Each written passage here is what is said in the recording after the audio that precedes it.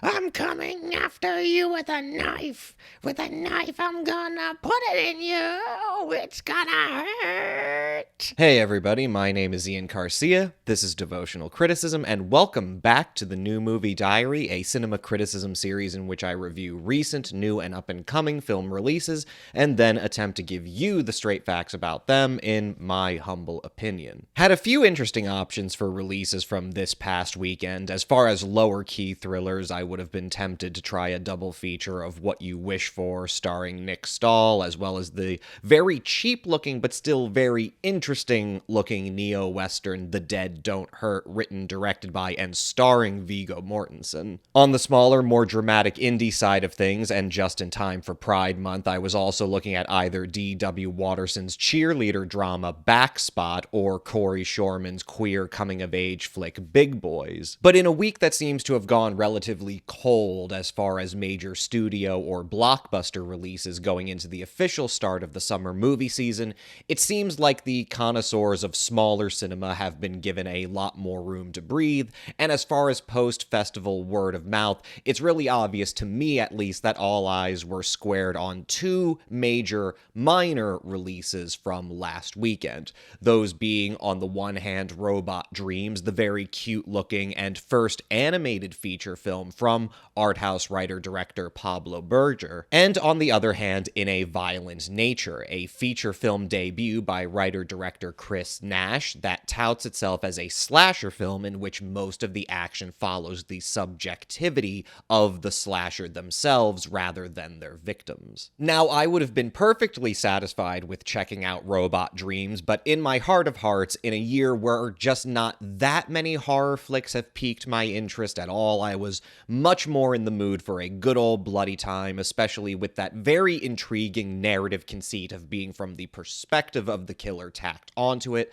So I got together with a couple of my very best gore-obsessed girly friends and gave In a Violent Nature a shot. So the plot of In a Violent Nature is not terribly complicated. In fact, I think not only its plot, but even its basic narrative content in its simplicity is even bound to be somewhat overlooked a bit, even though I think it's very important to appreciating what Nash is doing here, or especially if you end up being the sort of person who is polarized away from the film, understanding why it might not work for you. And I suspect that this is going to be another of these highly overrated festival horror darlings that suffers a lot at the hands of viewers who go in expecting one or the other thing from it and come away with a kind of unhappy combination of the two. Again, the plot is very simple, taking place in the wilds of the Great Lakes region of Ontario, where In a Violent Nature was shot on location. An undead, obviously very Jason Voorhees-styled killer rises from the grave and wreaks violent havoc,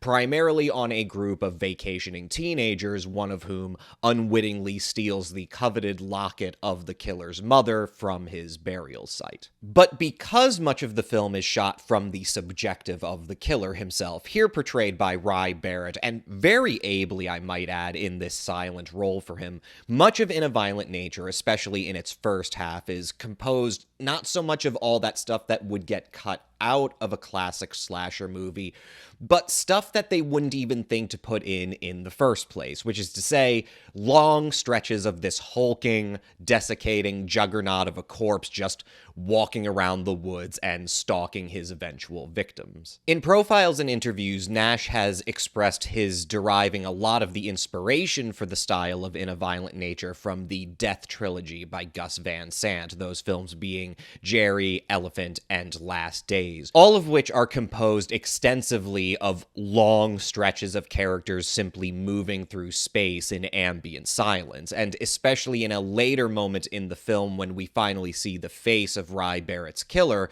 For most of the film, he's either followed exclusively from behind, or he's wearing this really striking and interesting old wilderness firefighter's mask that, quite the opposite of most movie killer masks with their very beady and vacant eyes, it actually in this case gives him this very wide-eyed and ironically kind of cute and expressive, but still very odd and even insectoid look to him. There is this later moment in the film where Barrett's killer is distracted by a pair of car keys abandoned by one of his victims that has a red toy car keychain attached to it, and he picks it up and sits down against a tree stump and takes off his mask, and we finally see his rotting, glassy-eyed face as he considers this toy in not so much a naive or a childlike way, but in fact a kind of nostalgic or ruminating, even intelligent way. It's a very interesting thing to put in the movie because, again, it's so much more different than the kind of blank and shallow affect of a Jason Voorhees, of a Michael Myers. Obviously, there are very many different types of slashers, but if we're thinking about the sort of mode that In a Violent Nature is in, it's very much hearkening back to those old campsite fire killers, you know, the ones who come out of the woods. Even characters like Leatherface to a certain extent, characters who seem to almost be attached to their masks and to their disguise. It's really, really interesting that Nash puts in this moment that not only shows a kind of intelligence to the character, if his, like, really kind of over-the-top and ingenious ways of killing some of his victims didn't give you a sense that he actually is kind of very meticulously plotting out these things and taking advantage of doing them in a very, very convoluted way, sort of artistically. But if you didn't get that impression, it's just sort of a thing to put in the movie that really distinguishes the character, because you get the sense that, oh, this killer doesn't even really care that much about the mask. Like, the mask is just something he's wearing as a part of this ritual killing. He's not attached to it. It's not attached to him. He will take it off in a moment where he's just trying to take a breath of fresh air. Like, the killer is just taking a breather from all the killing to be like, yeah, I used to have a toy car just like this. Man, time really flies by. I never made friends later in life like I did when I was in 6th grade. Anyway, Barrett really does an excellent job behind all that makeup of really hinting at an uncommon level of interior complexity in this character, who is otherwise only defined by his power and his sometimes rather elaborate methods of murdering and mutilating people. And it's in moments like that where you can definitely see the influence of Van Sant after all of the interminable walking, where you also see that influence, where Nash exploits the potential of composing a slasher movie from the perspective of the killer to find these moments amid the sometimes rather exhausting wandering that punctuates it all with just these quiet, considered notes of peculiarity and even the melancholy. But even still, it has to be said, I think that in execution, even Nash's narrative and visual conceit for In a Violent Nature doesn't really go that far beyond the bounds of a formulaic slasher film, and if anything, really only elaborates slightly upon that formula. Because even in that moment, you can't help but think back to all those classic kind of sympathetic moments in slasher movies, from Gunnar Hansen as Leatherface having these moments where he seems to genuinely be distressed and afraid by what he's experiencing from his perspective of all these kids invading his family home, to even in the Friday the 13th franchise, obviously a pretty major influence on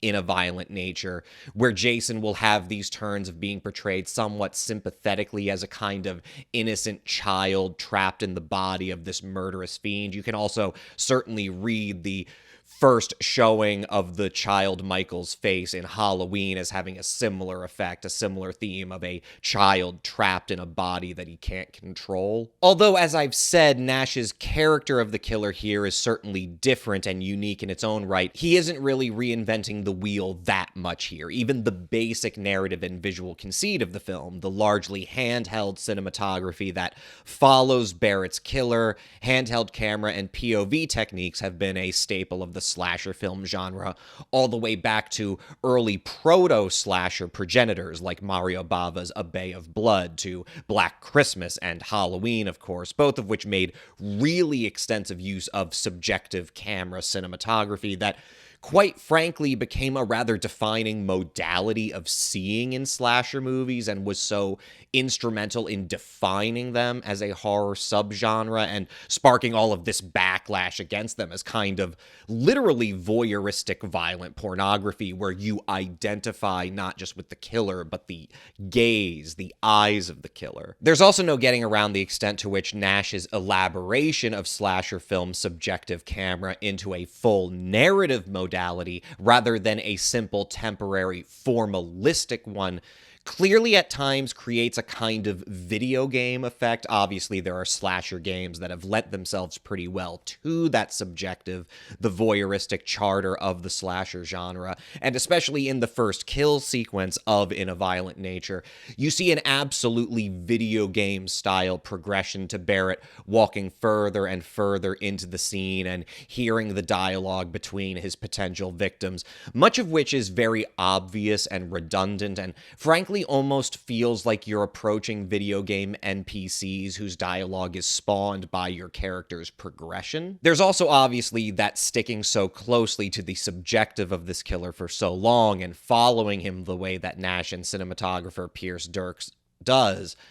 There's this effect that when he goes to a new location and chooses his gear and his weapons, it also transforms into this kind of video gamey item gathering thing. There are several scenes in this film that are conducted almost entirely in wide shot, with the subjective focus being on Barrett's killer and the human characters, well, the victim characters, being far in the background, where it's not just that you have a feeling of alienation from the victim characters, it's that they seem almost kind of frozen in this liminal, awkward state, almost like they're like looping where you're just waiting for an action to be generated rather than it to be done autonomously. There's even a moment where after when the killer is shot and temporarily stunned, presumed dead, obviously another slasher trope that Nash is very much seeming to self-consciously elaborate upon. When the killer gets up again, the way Barrett does it almost seems to be deliberately replicating the kind of sudden, unreal way that video game characters can sometimes seem to just pop up rather than naturalistically getting up. Like he literally just kind of spins and gets up in one movement. For Barrett, it's a really interesting choice, and it's not something that you see a lot with slasher films. And none of this is to say that Nash doesn't take full potential of cinematic possibilities outside of this rule. There are some very interesting sequences in which we do get more focal attention to the campers, and quite frankly, Nash spends a much longer time with those characters than even most rudimentary slasher filmmakers do. And it's here that his writing and his coaching of his actors actually proves to be rather exceptional. There's a scene in which the characters are talking around a campfire that actually goes on for a rather long time, where the camera is circling around them in this very Tarantinian way, harkening all the way back to Reservoir Dogs in the opening diner scene, that shot, that circulating shot that has been copied multiple times, infinite times. And I would say that moments like that, and especially another really extensive climactic scene, which is literally just almost one long monologue by an otherwise completely extraneous supporting character, those are frankly much more groundbreaking and challenging and much more exciting than Nash's extreme elaboration on the subjective camera of slasher movies, or of course the really gruesome kill scenes. And Nash shows a pretty deft structural hand here as well, stringing the narrative along and shooting the way he does it does seem to kind of rather inevitably create this uncommon sense of genuine tension in a genre as done to death as slasher movies, even though, again, in terms of the plot content, Nash really isn't doing that much to go outside of the bounds of the formula. But all of that is balanced out by the fact that even the kills themselves seem to work in a very nice progression. The first one really relies more on implied violence and aftermath. That was something that really surprised me. The second one is much more explicitly gruesome and gory. The third one returns to a much slower implied violence. The fourth one is where it goes completely off the rails. It's definitely one of the wildest ones. There's two scenes in the movie that are like, people are going to be debating, okay, which one was the most out of pocket, gruesome, like, WTF kill scene in this movie. In a Violent Nature really does have this kind of undulating structure, and while I would never say I thought it was perfectly executed, I think Nash demonstrates a good command of structuring the narrative of the film through these peaks of violent explosion and then these longer ambient valleys, to an extent that even if you just break it down to the killer scenes, you kind of go from these two big over-the-top explosions to a second half that seems much more challengingly and interestingly anticlimactic, where, if anything, the point seems to be that Nash is kind of trying to convey the perpetual frustration and lack of satisfaction of the killer character that Barrett is portraying. And yet, that's the thing. At the heart of all of this really rather layered and interesting experimentation with combinations of modalities of looking and elaboration upon the themes and techniques of formulaic slasher films, much of the narrative content of In a Violent Nature seems to be rather willfully stupid, where it's not so much an experiment in a slasher movie totally from the killer's perspective as it is like Nash rather deliberately said, I'm going to make not an homage to Friday the 13th, but specifically an homage to a kind of ridiculous slasher movie sequel. But then I'm going to mix in elements of Gus Van Sant and Quentin Tarantino, and even potentially I'm picking up even more acute and obscure stylistic references, such as Andrew Dominique's Killing Them Softly. The first, like, killing scene has a shot in it that, like, I couldn't help but, like, see so clearly Chris Nash watching Killing Them Softly in that scene where Ray Liotta is getting the shit kicked out of him inside of his trailer home, but we don't see him until he actually goes out the back. It's a very similar shot. Or even the films of Philippe Grandjeu and New Extremity or corporeal cinema in general. What it all shakes out to is this movie that I don't think is just going to polarize audiences because of whether or not some people are going in to be expecting a more audacious, bare-bones splatter theme park ride, or others are expecting something of a more cerebral experimentation with the slasher film genre. I think it's that In a Violent Nature becomes defined by that polarity, this kind of paracinematic contradiction within itself between the willfully stupid and grotesque, and then a very earnestly felt desire to just do whatever and not have this big dumb slasher movie just be a big dumb slasher movie, but to have it have these anticlimactic moments or these more strangely naive and cute affects, or again, this very long climax that even unto itself in its writing, in the performance style that Nash seems to prefer from his actors, this more naturalistic acting he seems to desire, that at times, in contrast to more stereotypical slasher movie acting, which is also displayed in the movie, even in the rougher cinematography, even those artsier affects seem to be carried off by Nash with their own kind of willful lack of refinement, a willful lack of technical polish, a willful ability to let it be kind of dirty and rugged and not really fine-tune it too much. To almost let, like, the mistakes be part of the aesthetic. And I'm sorry I keep using this phrase, but it all kind of shakes out with In a Violent Nature being one of the first truly experimental horror movies I've seen in terms of the last decade's spate of horror films that are touted as experimental, but don't really experiment that much, Nash's film actually feels experimental, because while it's clear he has a very idiosyncratic and even kind of willfully self-contradictory vision of what he wants this slasher film to be,